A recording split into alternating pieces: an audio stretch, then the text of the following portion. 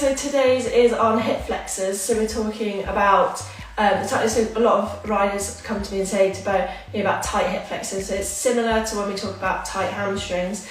I've seen quite a lot online recently, which is good about tight. Not only means so it doesn't mean always that it's strong. It's actually in fact weak, and we need to work on strengthening it as well. So with the hip flexors, there's 5 main hip flexors, and 2 of them actually cross the knee and the hip. So you might find in some of the exercises that actually straightening the leg makes it better for you. But yeah, we can work on this region here. Hip flexors, there's a reason why they become tight. A lot of the time it's due to postural things, so it's what we do every day. So as much as we're going to do this workout today, pick and choose which exercises work best for you. And then we're going to work, so we're going to work not only on the hip flexor region, because muscles tend to work in pairs. So when the muscles here are slightly tighter, these ones are normally just making us tip, so they're longer and stronger. When I say longer, I don't actually mean that the muscle physically gets longer, it's just in the lengthened position for prolonged periods of time. So when we're working on these, we're also going to work on the glutes, so the glutes and the back to help support, and obviously the core as well to stabilise.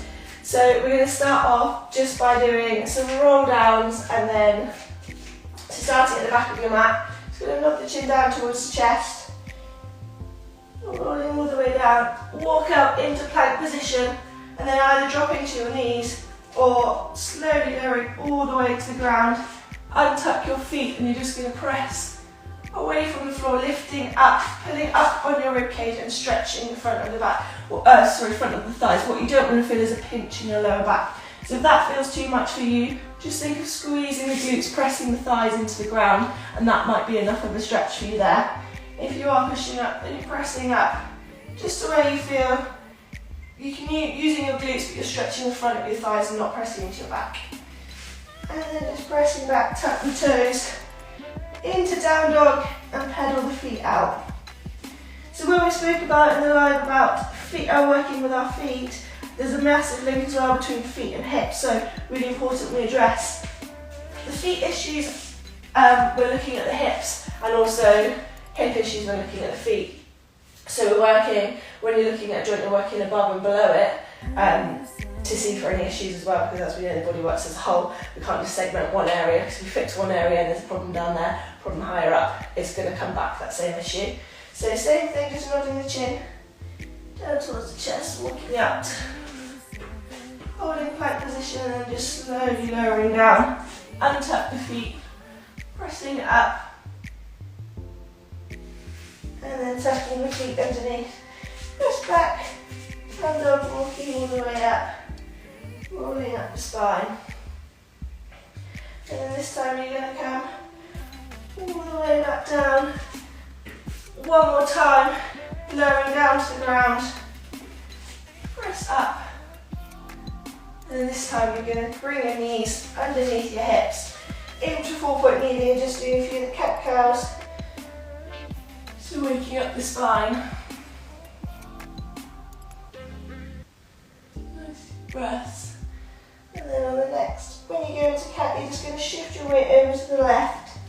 Come around in a circle. Come up farther right. And notice, does anywhere feel tight in the hips? Just going to go back the other way.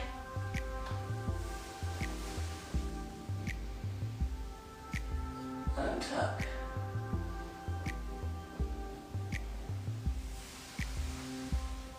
Let's change your directions.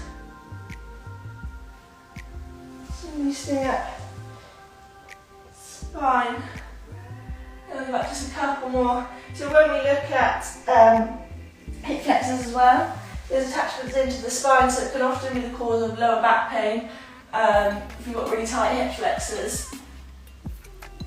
But it is really important we work on strengthening, because as we said, tight, the body allows us what movement, we train it. So if we're sitting, the body becomes good at what we do most of. So if we're sitting for long periods of time, the muscles think that's the only range I need. So when we come to stand up, it's like, oh, that, it's not as comfortable, sorry. So if you are office based, or we spend a lot of time sitting, even if you don't spend a lot of time riding, it's really important we do as much as we can, trying to open up this joint. So either when you finish for the day or just throughout the day. A really good one, get some of my riders to do, is just standing on one leg and you're just really trying to think of stretching this hip flexor out here, but you're also working the strength because you're lifting gravity, taking it back, kick back, and then bring it up. So you're making it think long and strong, and as you're kicking back, you're thinking of the glutes, so we're firing up the glutes at the same time. It's just simple things like that that make such a big difference. The more we can do it little bits throughout the day, rather than just one big session, will actually improve your mobility more. So your hip flexor and your mobility more. So it's the same thing for anything if you suffer with a particular one. Yeah, adding them into your day. Anyway, sorry, we'll get on to it. So we're going to move into now our pigeon. So coming back down into your plank position, and you're just going to take one foot. So bringing I'm going to bring my right knee between my hands, stretching that back leg nice and long. And you're sitting onto the hip bone of this right side. So just gently folding forward. So this is now we're stretching more into this glute, which might feel a little bit tight, it might feel fine to you, but it's really important for this, for the hip flexor purpose, that we're pressing that back foot into the ground, and almost as I'm walking the hands up towards your knee, and you're thinking of stretching that left side. So pressing the back of the foot into the ground, making it more of an active stretch. Think of squeezing that glute. And again, if this is pinching into your lower back, just come a little bit lower. So hold, 3, 2, 1. Gently drop that knee down, and then you're going to try and kick. So bringing the heel towards your bum. And hold. 3, 2, 1. Untuck, and then you're going to bring the hands next to your knee. Take the feet back, so you're going to press into the downward dog again. And then take the left knee between the hands, so repeat, same thing. Untuck the foot, stretch that back leg long, walk the hands forward and just gently fold over that front leg.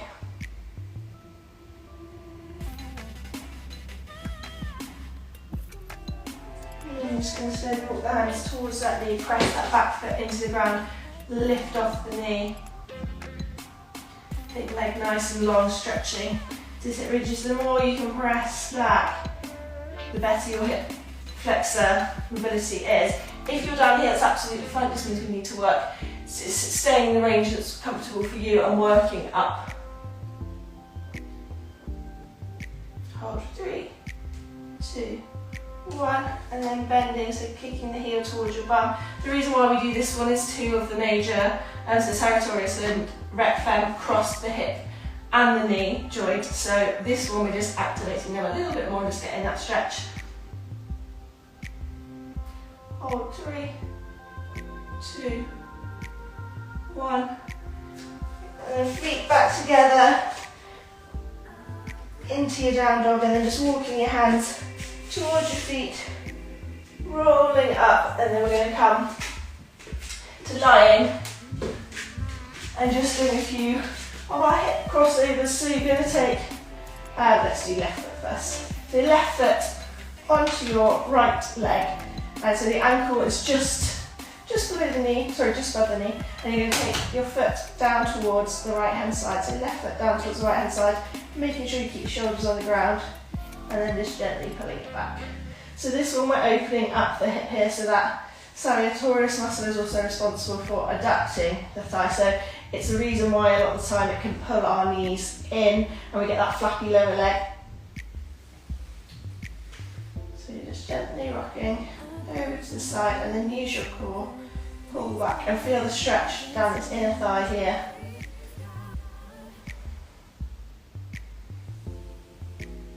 Just one more.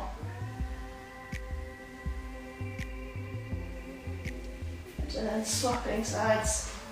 So for this one, if you really struggle to get your knee out here, you can use, so if you've got resistance bands, use a resistance band here around your knee here and taping it to a chair, just to help gently pull that knee away. If you can think of actively pushing away, so, and you can place your hand on it as well, just pushing gently out We're just really trying to stretch into the hip flexor, deep into that socket there. The hip flexor region is one that we can't get a lot of the time with massage. But actually working to stretch and strengthen is really, really important. One more.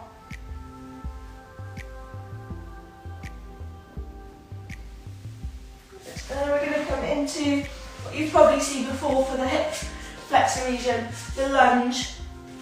So we're going to stay kneeling, so it's the kneeling lunge, and you're just going to gently leaning forward into the front of that hip. So first of all, letting go, just seeing what range you've got.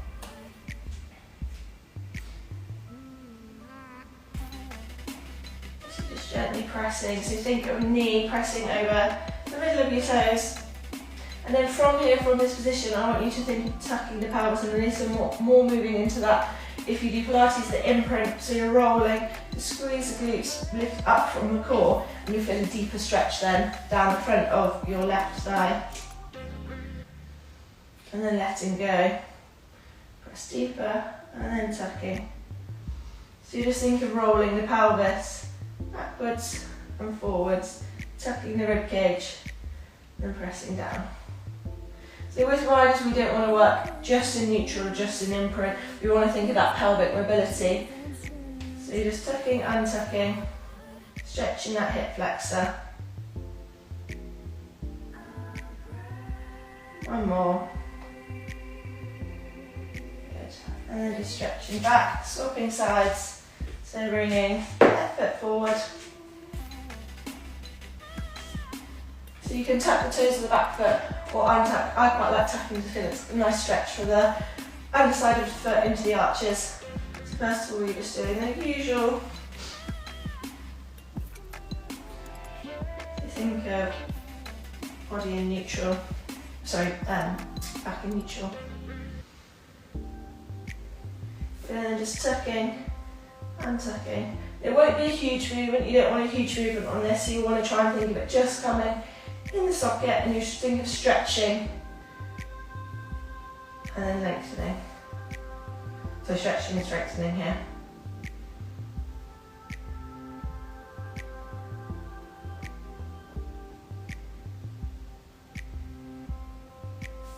Good. And then hands down. You're going to take knees back together.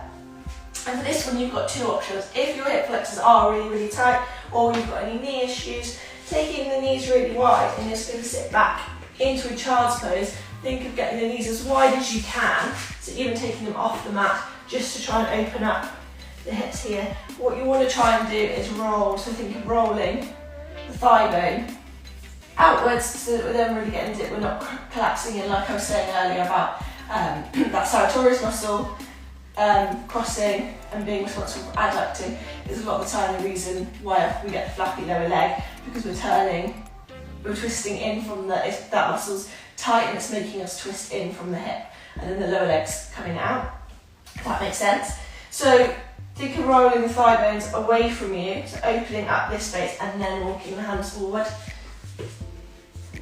So that's option one. Option two, called a W sit, turning the feet out. I'm not going to do this, I'm just going to turn my mat.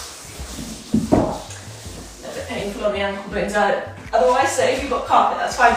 You're turning the feet out to the side, sitting the hips back, and then just gently sitting back into that. And it's a really, really deep stretch for the inner thigh into the hip region. So just gently, slowly rocking side to side.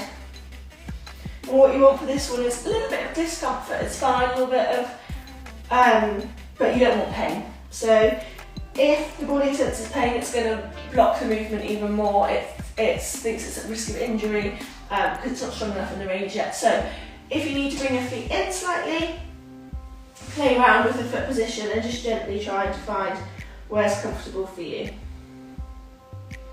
So it's called a W position because foot, and then you're coming across, so your foot eventually from the side.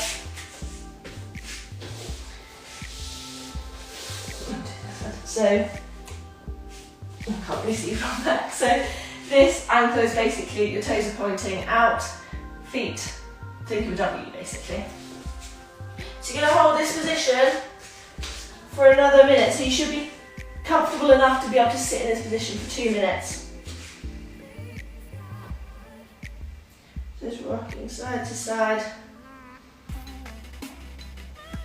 If you need to, take a break, so coming out, coming forward, drop the hips down, so you're still working on the hip flexors, just from a different position, and then sitting back.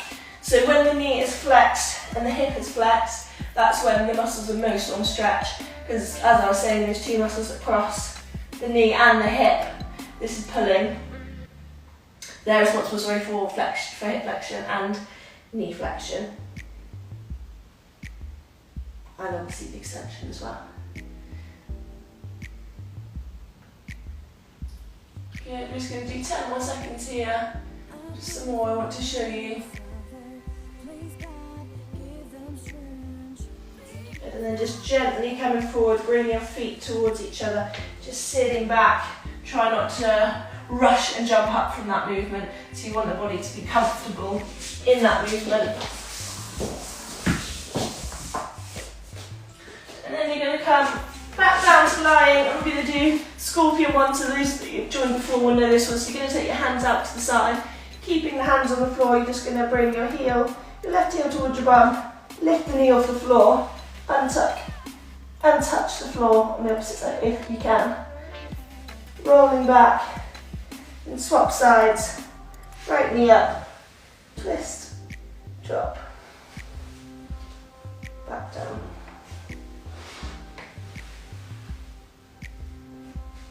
If you have done this one before with me, notice does it feel any difference because we've done all the hip flexor work. Does it feel slightly easier to do this? I hope so. I'm just going to do one more.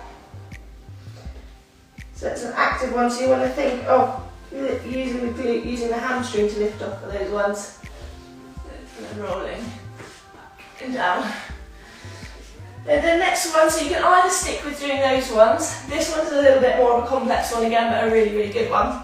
So we're going to start lying. You're going to bring your feet as wide as this is comfortable. Don't overstretch for this one because what you're going to do is lift up from the floor, press back with your hands. So think of now I'm pressing to the outside of my feet, really creating the arches. Lift up nice and tall. We think of stretching hip flexors again, so we're thinking of more pushing the hips forward, thinking of more imprint for this one. Reaching, stretch over to one side, back to the other side, walking the hands back and down, keeping the legs wide, drop down, then bring the legs in towards each other. So just going to shuffle forward, not sure what you can see. So taking the feet out to the side, press up using your hands, core nice and strong. Press back, walk the hands, roll all the way up.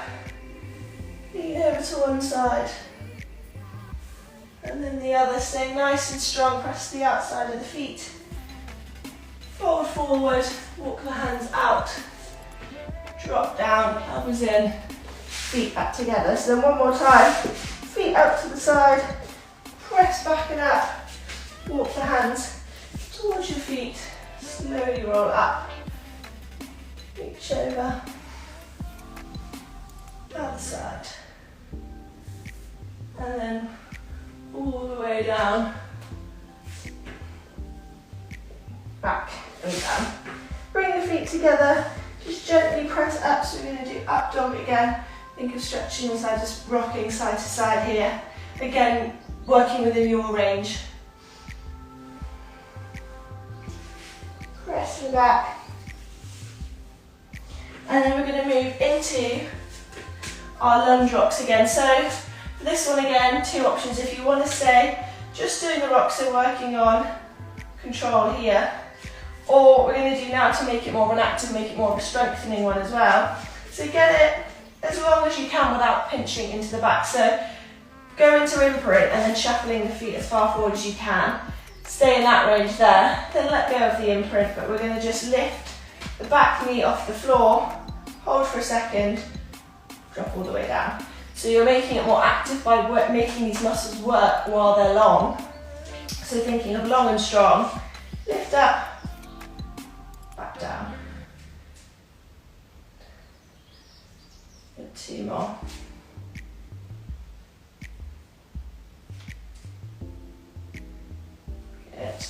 hands back down, knees back together, and then you're going to swap sides and do the same thing on the other side. So find your imprint, pressing as far forward as your range will allow. Hold that and tuck from the imprint, and then you're just lifting and lowering. What you don't want to do is feel a pinch in your lower back, so if it feels safer for you to stay in imprint, do that. But think of holding from your core, lift up, back down. It's really important we work on strengthening, as I keep mentioning, because if we just continue stretching, you're just going to have to continue stretch, continue stretch, continue stretch. It's not actually going to get any better. Strengthening it as well, you'll find that it takes the pressure off and you won't get the tight hip flexors. But again, it's about creating a habit and making it, not only doing it daily, but doing it throughout the day, focusing on stretching, strengthening those hip flexors. The more you do it, the better it will get, little and often. And one more. Good. And then knees back together, stretch back, sit into child's pose, stretch a second. And then we're going to come forward into one of my favourites, the 90-90. So whilst this strictly isn't just hip flexor, the muscles involved in hip flexion are also involved in the rotation, abduction, adduction. So we don't just focus on one specific area, one specific movement when we're looking at the hips. They're responsible for so much more, and like we were saying, when we look at the hips, we not only look at the feet we look at the hips. It's really important that we focus on all the movements as well. So I often find this one's one that is impaired if we've got tight hip flexors. So we're going to sit in the 90-90, so think of getting the front shin parallel to the front of your mat and the thigh bone parallel to the front of your mat, and then think of two 90-degree right angles and sitting as square on as you can. If you've got a block or books or something to hand and you feel like you're really lopsided, just sit up on that block just so you can keep the body nice and straight. So all we're going to do is just flex forward over the front of your leg.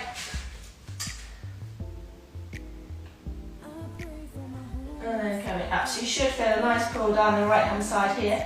If you can make this more of an active for the back leg as well, think of really pressing, so you're opening up the hip again, so pressing the foot into the ground, and almost think of lifting. Don't actually physically lift the knee up, but think of lifting the knee up. So again, we'll think of rotating that thigh bone out.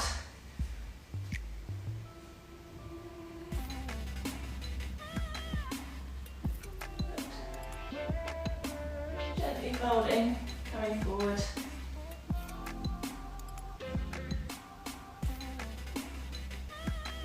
One more.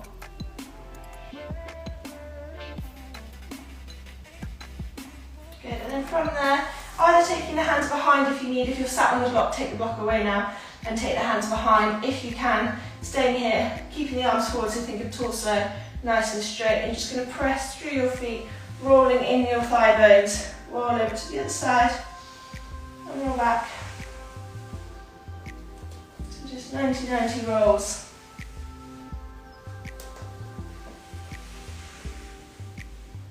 And then you're going to roll over onto the right foot's forward, so I'm going to shuffle back.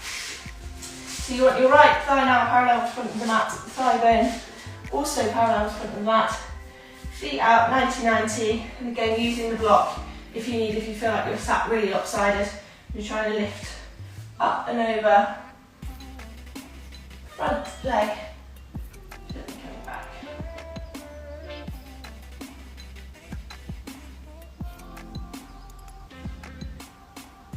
I have included this now in a few of my workouts, so if you're finding this easy to do, what you can do is make it more of an active one. So take the hands out to the ground, don't use the hands, press down and just gently folding forward, rotate, fold forward the other way. So you've got some options here. This is quite a good one if you want exercises that are bang for your buck, as they say. So it's, you work on your, not only the rotation, but you are actually working on hip flexors as well. The more you think of pressing that foot into the ground, you're lifting up, you're rotating the thigh away. Think of creating gap, a space in the front of your thigh.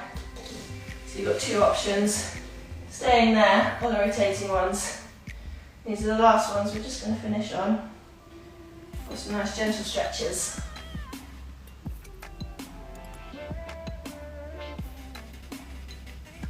One more. Good. And then coming to lying on your back. We're just going to do, I lied, we're actually going to do one more now. Bringing the knees towards your chest. And this is a really good one for pelvic control and for the hip flexor strength. So you're going to take knees up to 90 degrees and you're just going to gently tap one heel down to the ground and then bring the other up. Where I always said before, working in imprint, if you feel like you've got any back issues or you don't quite have the core strength yet, stay in the imprint and just gently tapping the heel down, and you're trying to take it as far away as you can without the hips wanting to sway.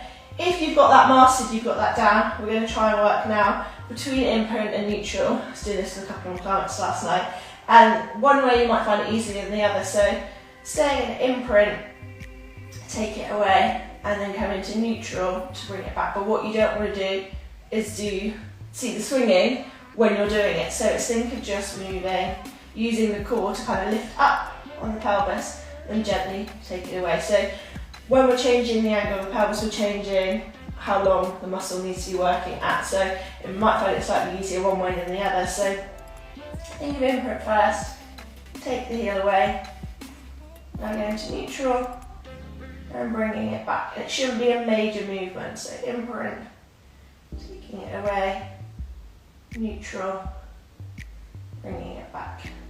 So it helps to put your hands on your hips so you can feel what the hips are doing. So it's all about pelvic control. Now try neutral, imprint to pull it back. And this one might take you a while to get used to. If it's too complicated, just sticking, imprint, tapping it away. Or if imprint's maybe a little bit too easy, neutral for the whole time.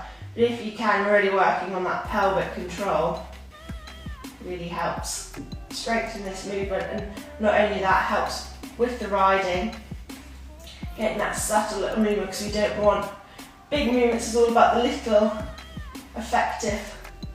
more effective seat, that look of stillness in the saddle. One more,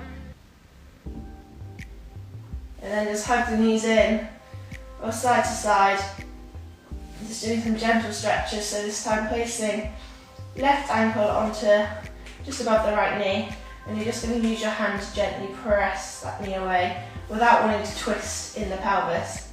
Just gently pressing away and bring it back.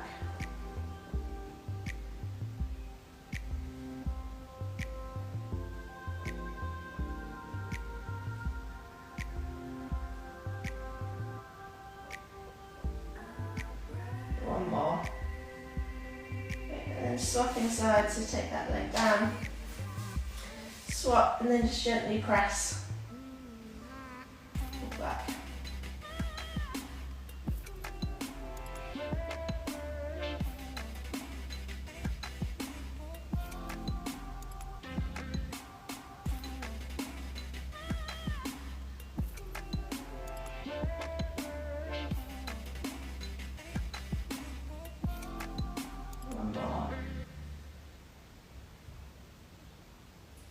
And then you're just going to hug one knee in, take the other leg nice and long, stretching it along the ground, and then just going to take one hand, take this knee out towards the side, and then bringing it across the body, keeping that other leg nice and long,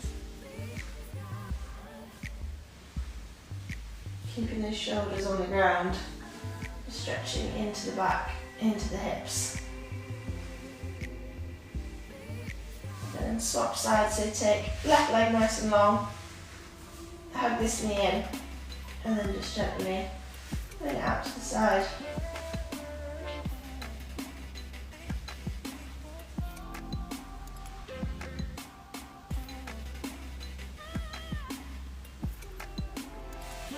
And then just slowly rolling up, coming up, and we are finished. So I realised there was a lot of information in today's. If you've got anything particularly you're struggling with, do let me know, but the takeaway points for today are little and often where you can, and trying to, so if you are working in an office, fidgeting is the best, so posture isn't static. So if you can keep moving standing up, even just change your positions. If you're sat in the chair, sit over to one side, sit to the other, shuffle around. The more you can change your position, the more the body responds to that as well. And so yeah, so little and often, work on those hip flexors, so not only stretching but also strengthening, and I hope this has been helpful for you.